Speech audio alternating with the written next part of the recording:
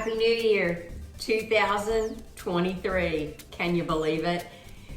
So today we've got to make some cabbage. And I am doing a loose stuffed cabbage roll. So this is nice and easy. You can find the basic recipe on my food blog, but today I'm going to change it up a little bit. My food blog is www.cabeusser.wordpress.com.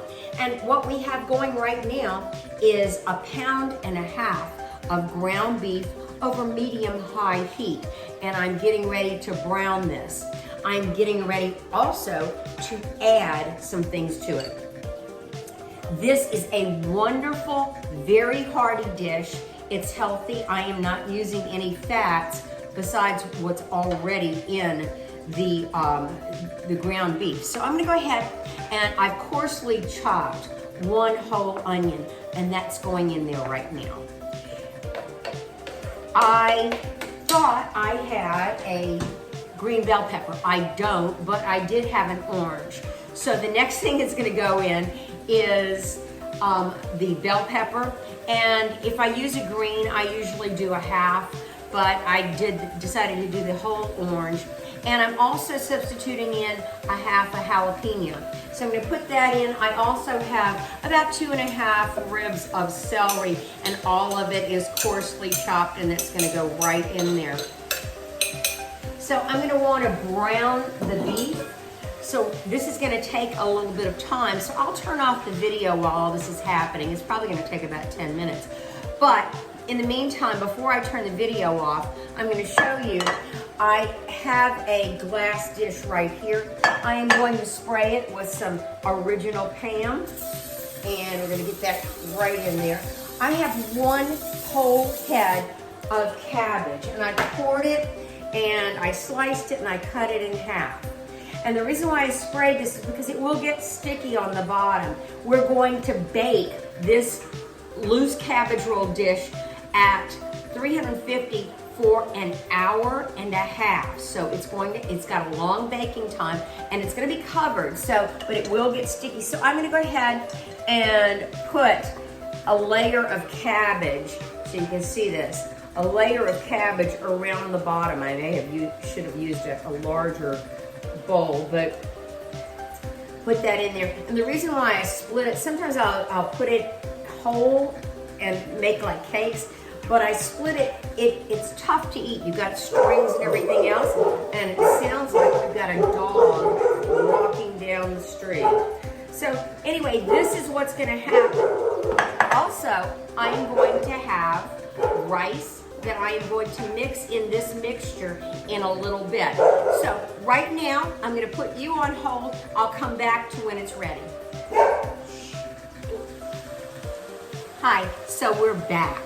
And my ground beef is pretty much browned. My vegetables are sweated out, and it smells really good in this house. So we're gonna finish this up, and we're gonna turn it off. Now, if you go onto my food blog, you're going to see a little bit different recipe. I am going to use today it's basically a Knorr tomato bouillon. And Knorr used to make a tomato soup that was a dried tomato soup. It was so flavorful and wonderful. I used to use that all the time. Unfortunately, I can't find it anymore. I'll bet it's on Amazon though, so I should just check Amazon. But, so I'm gonna do some substitution here. And I am going to use instead of like a V8 juice or whatever, I'm gonna use a tomato soup, about 16 ounces of it. So let me tell you what we've got going. We're gonna go ahead and add and stir in a little bit over a 1/2 cup of rice. So we put that right in there. I'm gonna be very careful about my salt because this is very salty and it will overpower the dish if you add extra salt. So I'm gonna be very careful about this. What I'm gonna do now is add a lot of black pepper. And you'll see on the internet on my recipe how much to do. But the black pepper just really intensifies the flavor. And I'm gonna pepper this again as soon as I get it get it set up. I did transfer the cabbage to another bowl because I knew that the other bowl wasn't going to do it. So I've stirred this in. The rice is not cooked. It will cook in the oven, so you know when the cabbage sweats and the soup integrates in there, it will take care of that. So I'm going to go ahead and put the mixture right into the cabbage. There we go. Okay. I know you can't see that. I'm going to show you here in a second.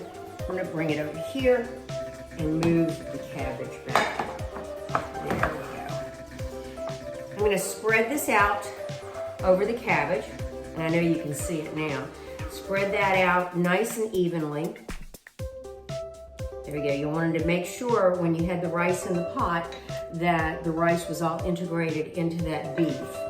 And, you know, make sure that you've got some in each bite. Now, the meat is relatively chopped up, but there might be some pieces, and if there are, you can break them up. All right, the next thing we're gonna do is take some of this tomato bouillon. And as I said, it's salty, so you need to be very careful. I'm gonna go ahead and sprinkle this over. As you noticed, I did not add any additional salt because this will take the place of my salt. This is also a flavor intensifier. The bouillon is it really brings out the tomato flavor. So I wanna get it pretty evenly distributed on there, but not too much because, as I said, it is very salty. And we're gonna go ahead now and layer the rest of the cabbage on here and get it across the top. The cabbage will release its juices and it will basically help to add the moisture to the rice during the cooking. And as I told you, I did cut the cabbage up a little bit more so it was easier for the bite instead of having loose cabbage hanging all over the place. All right, this is what we've got so far. We're gonna go ahead now and add a little bit more black pepper. The pepper just really makes a difference on this. And sometimes Mark will add extra pepper. And you can always add salt and pepper afterwards too. We're gonna go ahead and sprinkle a little bit more of the Knorr, just a tiny bit. We don't wanna get too much. We don't want it to be too salty. There we go, just a little bit more. And you can find this in your store. You can also order it on Amazon. Amazon is wonderful. Now we're gonna take our tomato soup, the last thing, and we are going to try to evenly distribute the tomato soup across the loose cabbage rolls.